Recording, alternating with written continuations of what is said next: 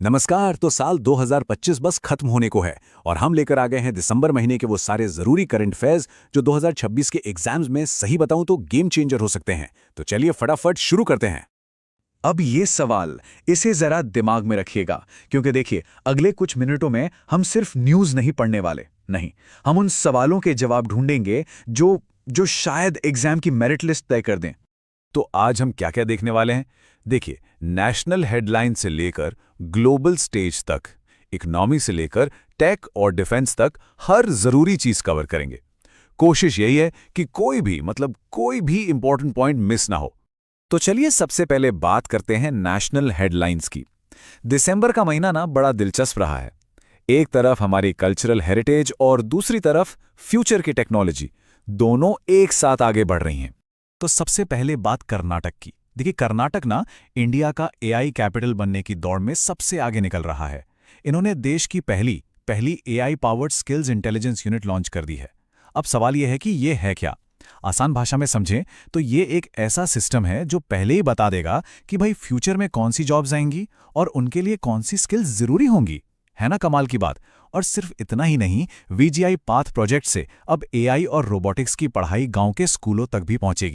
तो चलिए, एक क्विक सवाल। अभी अभी जो हमने बात की, इंडिया की पहली AI powered skills intelligence unit कौन से स्टेट ने लॉन्च की? याद आया? जी हां, बिल्कुल सही, कर्नाटक। इसको तो जरूर नोट कर लीजिए। अच्छा, अब बात करते हैं जीआई टैग की। आप जानते हैं ज्योग्राफिकल इंडिकेशन एग्जाम का फेवरेट टॉपिक है ये।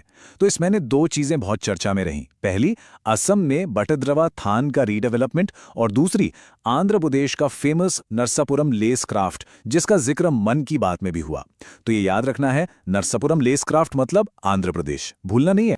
अगला पॉइंट है ओल चिकी लिपि। ये क्यों इंपॉर्टेंट है? क्योंकि ये संथाली भाषा की ऑफिशियल स्क्रिप्ट है और संथाली भाषा हमारे संविधान की 8th शेड्यूल में शामिल है, जहां इंडिया की मेजर लैंग्वेजेस को जगह दी गई है। तो देखिए, स्क्रिप्ट, लैंग्वेज और कॉन्स्टिट्यूशन, तीनों चीजें जुड़ गई। ये बिल्कुल एक पोटेंशियल एग्जाम क्वेश्चन है। तो फिर से एक क्विक चेक। ओल चिकी स्क्रिप्ट कौन सी लैंग्वेज से जुड़ी है? सोचिए। जी हाँ, संथाली, बिल्कुल सही। इस तरह के जो सीधे सीधे सवाल होते हैं ना, ये बहुत स्कोरिंग होते हैं। दिसंबर का महीना मतलब इंपॉर्टेंट डेट्स। इसमें सबसे खास है 4 दिसंबर, नेवी डे। क्यों? क्योंकि ये हमें 1971 वॉर के हमारे जबरदस्त ऑपरेशन ट्राइडेंट की याद दिलाता है। तो ये सारी तारीखें, इन पर एक नजर डालना बहुत जरूरी है। चलिए, अब देश से निकलकर जरा दुनिया का चक्कर लगाते हैं। देखते हैं कि ग्लोबल स्टेज पर क्या चल रहा है और वहां इंडिया का क्या रोल है। तो इंटरनेशनल फ्रंट पर 3 बड़ी अपडेट्स हैं। नंबर 1, इंडिया और यूरोपियन यूनियन अब ग्रीन हाइड्रोजन पर मिलकर काम करेंगे। ये क्लीन एनर्जी के लिए एक बहुत बड़ा स्टेप है। नंबर 2, नई दिल्ली ने COP30 प्री समिट को होस्ट किया। और हाँ, नंबर 3, ये बड़ा अनोखा है। सीरिया ने अपनी करेंसी से 2 ज़ीरोज़ ही हटा दिए। ऐसा क्यों किया? हाइपर इन्फ्लेशन यानी बेतहाशा बढ़ती महंगाई से लड़ने के लिए। तो बताइए, वो कौन सी कंट्री थी जिसने अपनी करेंसी से 2 ज़ीरो हटा दिए? याद है? लेबनान, श्रीलंका या सीरिया? जवाब है सीरिया। ये थोड़ा हट के सवाल है, एग्जाम में आ सकता है। ओके, अब आते हैं इकोनॉमी पर। और जब इकोनॉमी की बात हो तो आरबीआई की रिपोर्ट, ये तो सबसे जरूरी है। इसके जो आंकड़े हैं ना, उन पे खास ध्यान देना है, क्योंकि यहां से सीधे सीधे सवाल बनते हैं, खासकर बैंकिंग और सिविल सर्विसेज एग्जाम्स में। तो आरबीआई की रिपोर्ट से 3 बड़ी बातें निकल कर आई हैं। पहली, हमारा बैंकिंग सेक्टर 11.2% से ग्रो किया है। बढ़िया है। पर सबसे बड़ी और अच्छी खबर है ग्रॉस एनपीए को लेकर। एनपीए मतलब बैंकों का वो पैसा जो फंस जाता है, वो अब घटकर सिर्फ 2.6% पर आ गया है। ये पिछले कई सालों में सबसे कम है।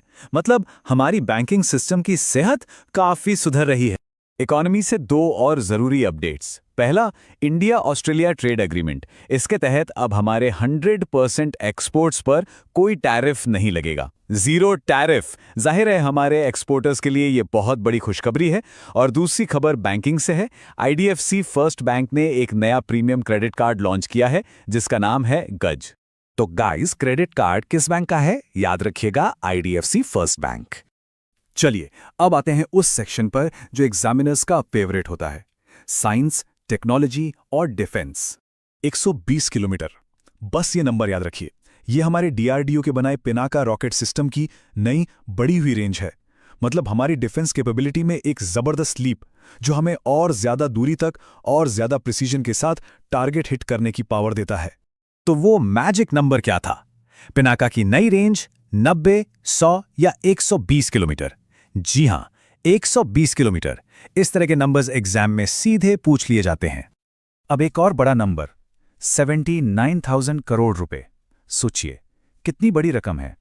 ये वो अमाउंट है जिसे डिफेंस एक्विजिशन काउंसिल ने हमारी आर्म्ड फोर्सेस को मॉडर्नाइज करने के लिए अप्रूव किया है। इसमें नए फाइटर जेट से लेकर एडवांस टेक्नोलॉजी तक सब कुछ शामिल है। इसके अलावा भी कुछ जरूरी अपडेट्स हैं, जैसे 5G और 6G के लिए नई स्पेक्ट्रम पॉलिसी आ गई है। इसरो ने एक नया सैटेलाइट लॉन्च किया है। और हां, एक बहुत ही दिलचस्प चीज हुई है, INSV कौंडिन्य की यात्रा। ये कोई आम नाव नहीं है, इसे बिना कीलों के सिलाई करके बनाया गया है। सोचिए, हमारी प्राचीन समुद्री तकनीकों को फिर से जिंदा करने की कितनी शानदार कोशिश है ये। तो चलिए, हमने सारे मेन पॉइंट्स तो कवर कर लिए। अब फटाफट एक रैपिड रिकैप करते हैं। तो ये हैं वो 5 फैक्ट्स जो बिल्कुल भूलने नहीं हैं। नंबर 1, कर्नाटक बन रहा है इंडिया का AI हब। 2, पिनाका रॉकेट की रेंज अब है 120 किलोमीटर। 3, इंडिया ऑस्ट्रेलिया डील का मतलब 100% टैरिफ फ्री एक्सेस। 4, ओल्ड चिकी स्क्रिप्ट है संथाली भाषा की। और 5, बैंकिंग NPA अब गिरकर 2.6% पर आ गया है। ये पांचों पॉइंट्स एग्जाम से ठीक पहले रिवाइज करने के लिए परफेक्ट हैं। और जाते जाते एक सवाल, बस सोचने के लिए। एग्जाम तो ठीक है, लेकिन इन सारी डेवलपमेंट्स में से वो कौन सी एक चीज है जो इंडिया के फ्यूचर को सबसे ज्यादा बदलेगी?